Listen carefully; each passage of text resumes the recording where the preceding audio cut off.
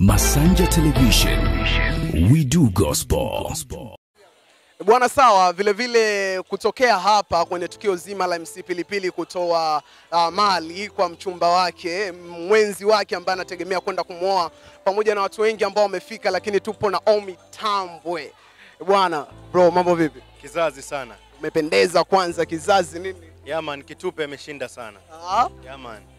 We kwanza ulivyopata taarifa, ulivyopigiwa simu na MC Pilipili, bwana Ommy, mimi nataka nitoe mali kwa mwenzi wangu, wewe kuwa na ukakasi kwako wala nini?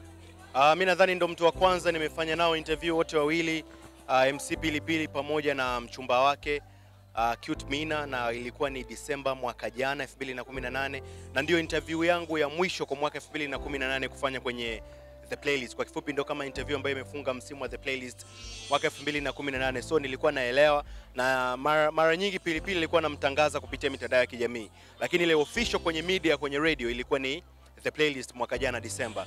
Na haijachukua muda mrefu sana, mapema tu akaniambia kwamba anataka kufanya tukio hili kubwa la kumpa kumchumbia, kumvisha pete and stuff like that. So nimefurahi kwa sababu nimewaona wao wenyewe wakiwa wawili pamoja and stuff like that, lakini pia nimepokea kwa furaha, na pia nampongeza Pilipili kwa hatua hii kubwa ambayo ameichukua na ameifanya, na kama unavyoona shule inaendelea vizuri hapa. So kizazi sana, namtakia kila laheri. Bwana sawa, wewe tutegemea kwako lini yani? Mimi mzee siku nyingi sana. Umeshamaliza shughuli zote. Wewe unamshauri nini MC Pilipili anaingia sasa katika game miaka miwili sijui? Anaingia MC Pilipili huko ambapo wewe ulipo, unamshauri nini?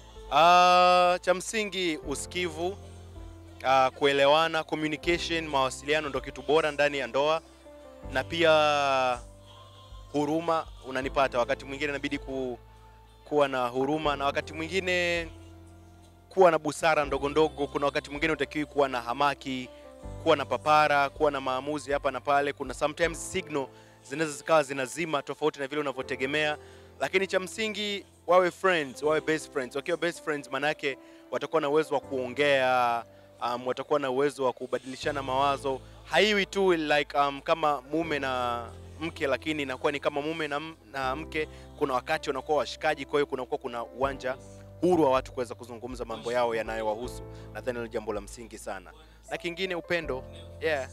Unakamata show kubwa sana Tanzania, Playlist. The Playlist ndio show kubwa sana Tanzania, inafanya vizuri. Mwaka 2019 umetuandalia nini? Umemwandalia nini mtazamaji? 2019 mambo mengi hapo. Actually ni kuweza kutoa vijana wengine ambao wapo katika game, na pia kuweza kupromote wale ambao wapo, na wale ambao wanaonekana kuwa na matumaini makubwa kuweza kuendelea kupromote zaidi ili waje kuwa wakubwa na kuwa kimataifa.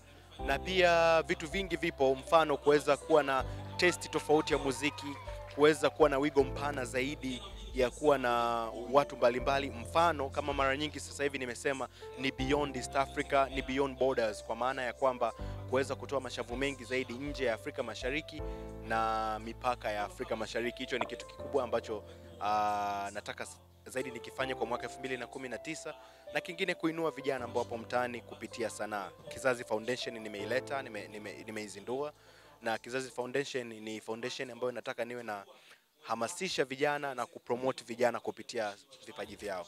Asante sana bro. Kizazi sana. Poa, asante sana. You already know. Poa. Masanja Television, we do gospel.